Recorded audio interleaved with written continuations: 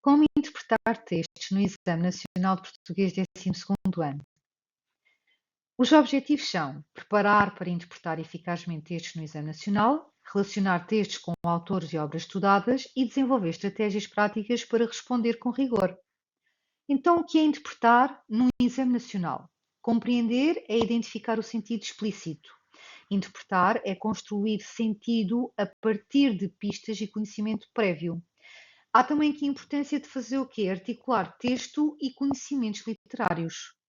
Então existem técnicas de leitura atenta, que é sublinhar ideias-chave e palavras marcantes, anotar nas margens ideias ou dúvidas, identificar estrutura textual, a introdução, desenvolvimento e conclusão, e observar conectores e marcadores discursivos. Devemos sempre fazer conexão com as obras estudadas, ou seja, reconhecer temáticas e estilos de autores que conhecemos, como Pessoa, Saramago, Essa, e relacionar essas passagens com contextos das obras que foram também estudadas. Imaginem, se surgir um texto sobre heteronimia, nós vamos pensar em quem? Em Fernando Pessoa. Então, como responder às perguntas de interpretação? Temos que ler bem a pergunta e identificar o verbo-chave. Justifica, explica, interpreta. Temos que responder de uma forma clara, com frases completas. Devemos usar exemplos, citações do texto como apoio e evitar respostas vagas. Exemplo de análise guiada. Imaginem que temos um texto e é um excerto sobre a identidade em Fernando Pessoa.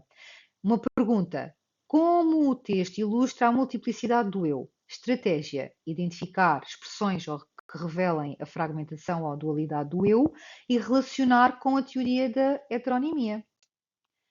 Evitar erros frequentes, que são quais? Ficar apenas na opinião pessoal sem ligação ao texto, extrapolar ou inventar ideias que o texto não sugere, responder com frases soltas ou incompletas e ignorar pistas ou estrutura do texto. Então, aqui um checklist final. Li o texto 2 vezes com atenção, identifiquei o tipo de texto e o tema central, relacionei com as obras estudadas se necessário, justifiquei com frases completas e bem estruturadas, revi a resposta antes de avançar. Vou agora fazer aqui um exercício final. Imaginem, vou apresentar um excerto sobre uma visão crítica da sociedade inspirada em essa e podiam perguntar: identifica a crítica presente no texto, relaciona esta crítica com uma passagem dos Maias, ou explica a intenção do autor ao usar a ironia. Vamos ver um exemplo mesmo.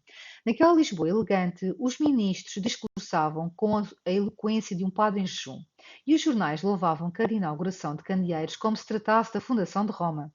As senhoras, envoltas com sedas francesas, falavam de caridade entre 2 golos de chá importado e um bocejo educado diante da miséria nas ruas. A pátria, dizia-se, prosperava. Os banqueiros sorriam, o povo dormia e os poetas escreviam sonetos sobre o entardecer nos telhados alheios.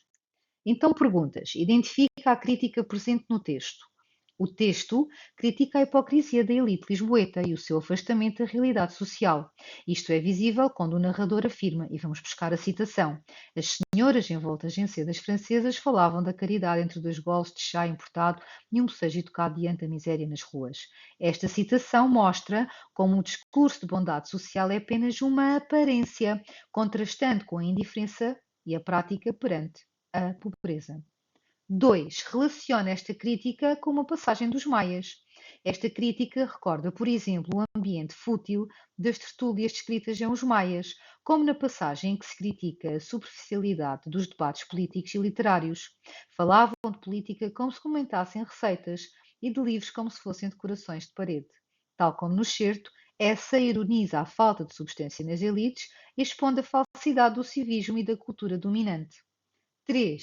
Explica a intenção do autor ao usar ironia.